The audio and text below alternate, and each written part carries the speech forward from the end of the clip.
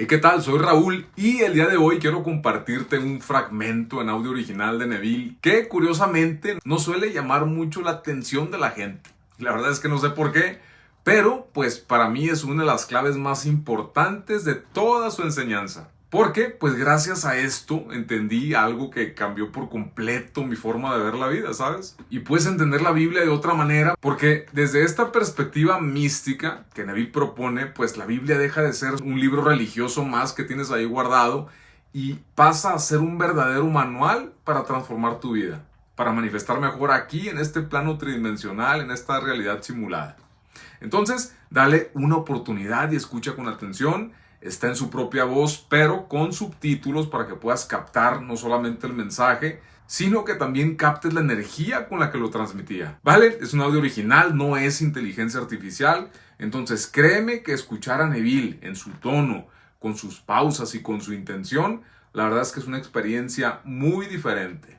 ¿Vale? Así que espero que lo disfrutes. Tonight, we will discuss states. When we open the Bible and read the story as it's given to us,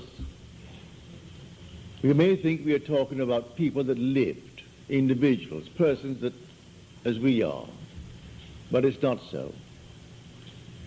The characters depicted in the Bible are not the individuals named. They are simply states signified by those names.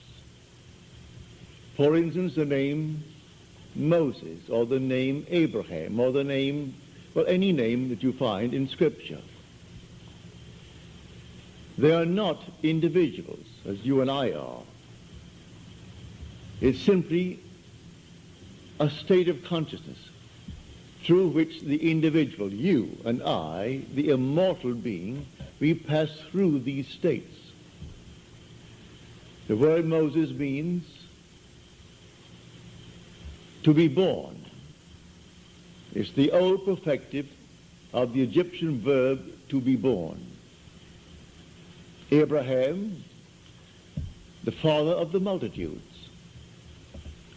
We start there, moving through states. And you and I pass through these states towards our own redemption. We come to the end, and that state is personified in Scripture. And men take the personification and worship it as a person, stick it on the wall, and then cross themselves before it and genuflect, not knowing that these are states.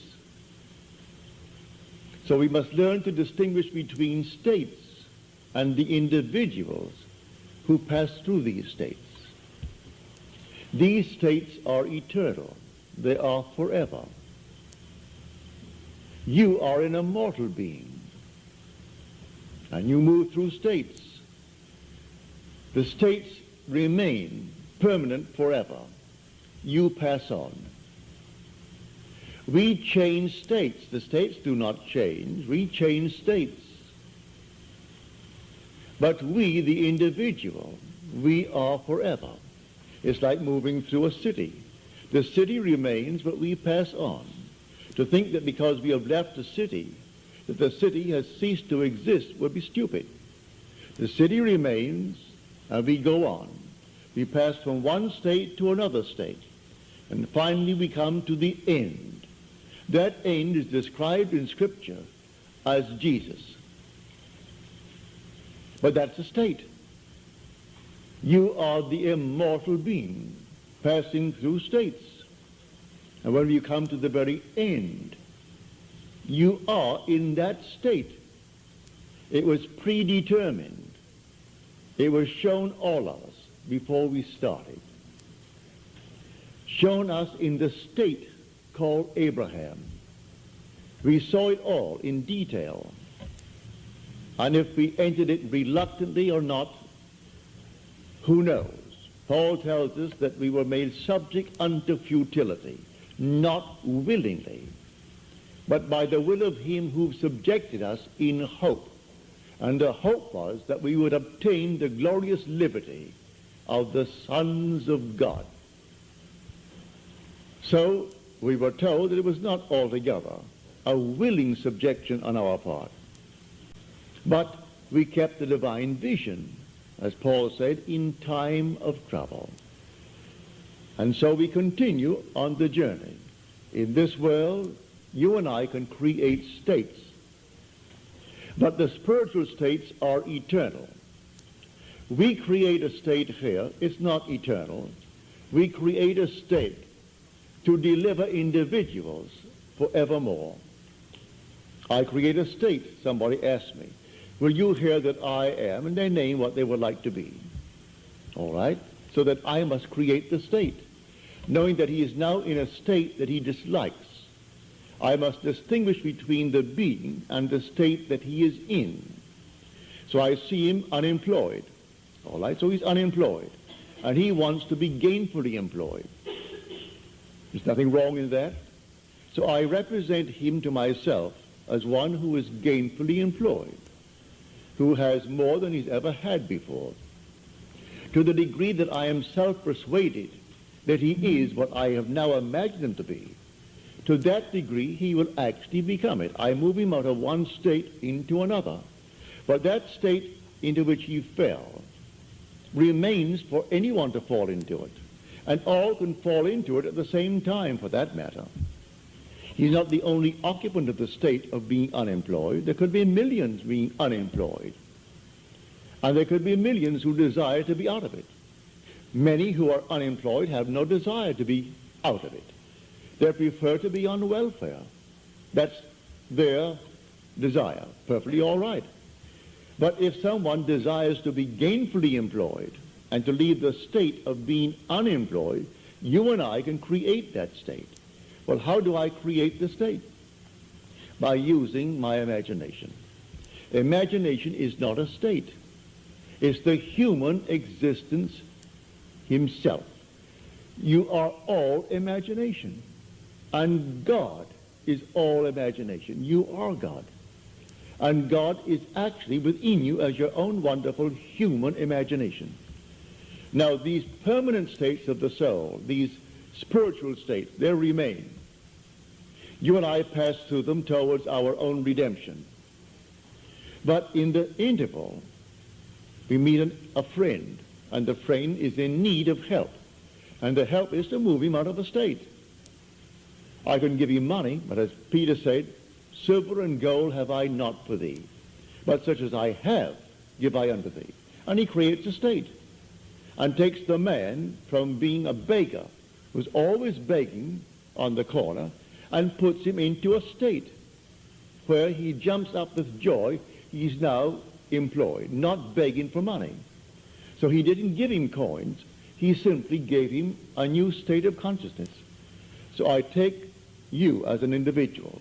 I represent you to myself as the one that you would like to be. The one that I, if I were in your state, would like to be. I make it fit within what is known as the golden rule. I do unto others as I would have them do unto me. If I were in that state, would I like to be in some better state? Certainly. Well, then, do it to another. And so if he asks it of you, you simply represent him to yourself as being gainfully employed, or if he is unwell, as being well, or if he is not, if he wants to be married and he can't find the proper mate, then in your mind's eye, you assume that he has found the proper mate. Whatever it is that is a normal, natural request that is not in conflict with your own moral, ethical code. And you create a state. This state, then you lift your individual into that state. Well, how do I do it? I carry on a conversation mentally with that friend from the basis that he is in that state. He tells me how happy he is with his new job and how much he's making. I see him in my mind's eye radiant. Well, then, am I self-persuaded that this imaginal act is a fact? Do I really believe in the reality of what I've done? Do I believe that imagining creates reality? I do. Well, then, to the degree that I am self-persuaded, he becomes the embodiment of what I've imagined him to be. These are states. So man must distinguish between the individual and the state that he is in. So Blake said, I do not consider the just or the wicked to be in a supreme state, but to be every one of them states of the sleep into which the soul may fall in its deadly dreams of good and evil when it left paradise following the serpent of generation. So we came down to experience death, for this is the world of death, where everything appears, it waxes, it wanes, and it disappears. So everything dies in this world. No matter how long it seems to live, it dies eventually. So we come down into the world of death. And the last enemy to be destroyed or to be overcome is death. I enter death and then conquer death to prove that I cannot die. I am an immortal being, for I am all imagination.